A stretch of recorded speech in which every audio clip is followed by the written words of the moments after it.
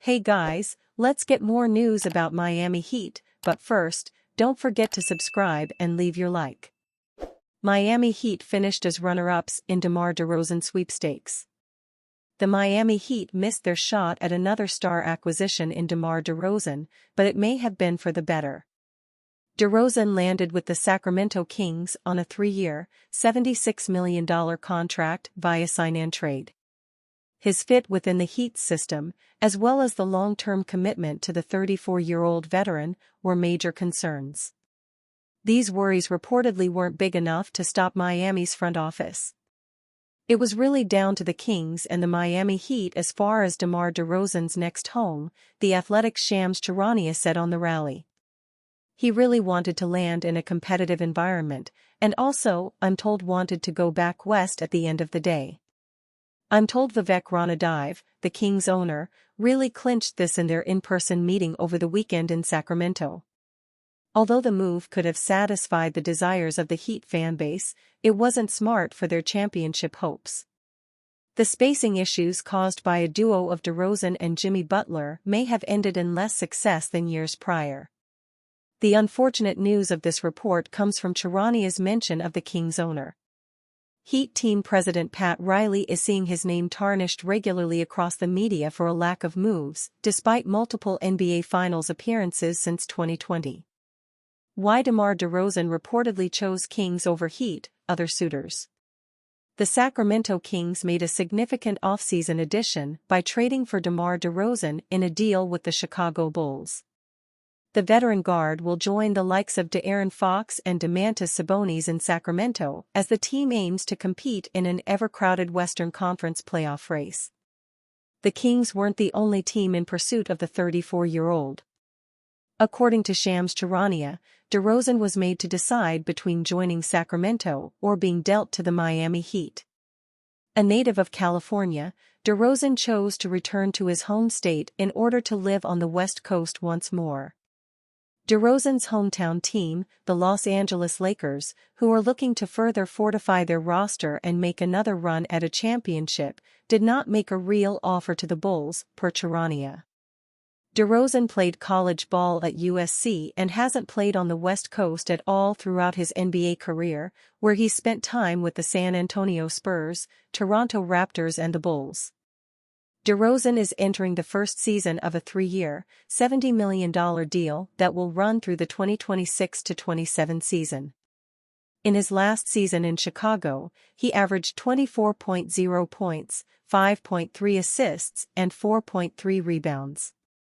It was his 11th straight campaign averaging more than 20 points. Heat desperation trade for $160 million star would require help of Nemesis. The Miami Heat remain in an enviable position in the NBA. They have a young star big man to whom they've committed, Bam Adebayo, as well as a young scorer, Tyler Herro, and a star-caliber two-way wing, Jimmy Butler. That's the foundation, generally speaking, for NBA success. But, no doubt, the Heat need to make a change. They have not kept up with the talent surge in the Eastern Conference in the last year plus, obviously well behind the Boston Celtics but now slipping behind the Knicks and Sixers and, at best, on the same level as the Cavaliers, Magic, Bucks and Pacers. At best, the Heat are the number 4 seed in the East. Far more likely, they're a play-in team. Rumors that the Heat want to maintain flexibility to acquire another star-caliber player have gotten old, but that's where we are. They've been connected to Jazz big man Lauri Markkanen, who might well not be traded, and DeMar DeRozan, who signed with Sacramento instead. One player who could rescue a bummer of a Miami Heat offseason, though, lingers on the trade market, forward Jerami Grant. But a deal would require the Heat, and the Blazers, for that matter, to bury the hatchet from last year's bitter Damian Lillard trade talks, or lack thereof, and focus on the now. Like it or not, the Blazers should be a bit desperate to move off of Grant, and the Heat should be desperate to get him. As one Western Conference executive told Heavy Sports, I think that it would come down to desperation versus desperation in a trade for him. Difficulty in getting Grant to Miami goes beyond the poison pill keeping the two franchises apart, though. Before the Lillard mess unfolded, Portland took the odd step last summer of signing Grant to a major new contract worth $160 million over 5 years early last offseason. But Lillard's departure set the Blazers into the throes of a rebuild, and Grant has no place with the franchise now. The Heat would consider trading for Grant as helping Portland out, taking a bad contract off their hands. The Blazers, though, would consider themselves dealing a high-scoring asset to Miami and would want to be compensated accordingly. Grant averaged 21.0 points on 45.1% shooting last year, with a remarkably low rebound total, 3.5 per game, for a power forward. He struggled with injuries, playing just 54 games for the lowly Blazers, but has turned himself into a three-point marksman recently, shooting 40.1% from the arc on 5.7 attempts in 2022-23 and making 40.2% on 5.1 attempts last year. That makes him an ideal fit at the 4 spot next to Adebayo. A credible offer from the Heat could be the contract of Terry Rozier, which has 2-year and $51 million remaining, plus the Heat's first-round pick from the 2024 draft, Kel'el Ware.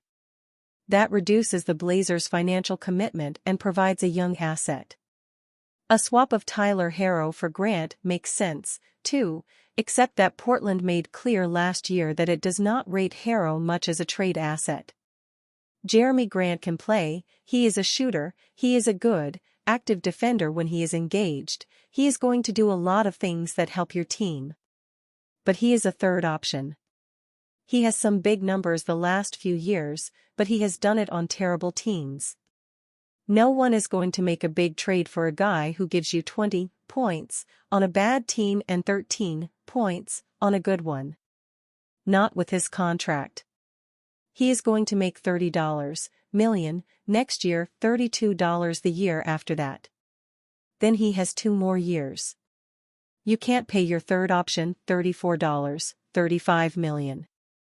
If Portland wants the Lakers, the Heat, any of these teams to take him, they've got to recognize that.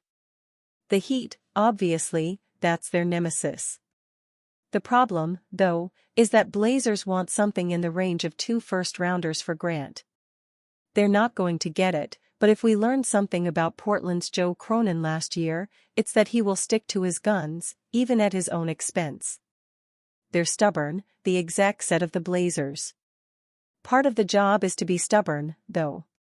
But part of the job is also seeing your mistakes and getting out of them. Grant was a mistake. Trading him now just to get out of that salary is the right thing to do, take whatever picks or young guys you can get. And you fan? What do you think of the situation of Jerami Grant? Leave your opinion in the comments.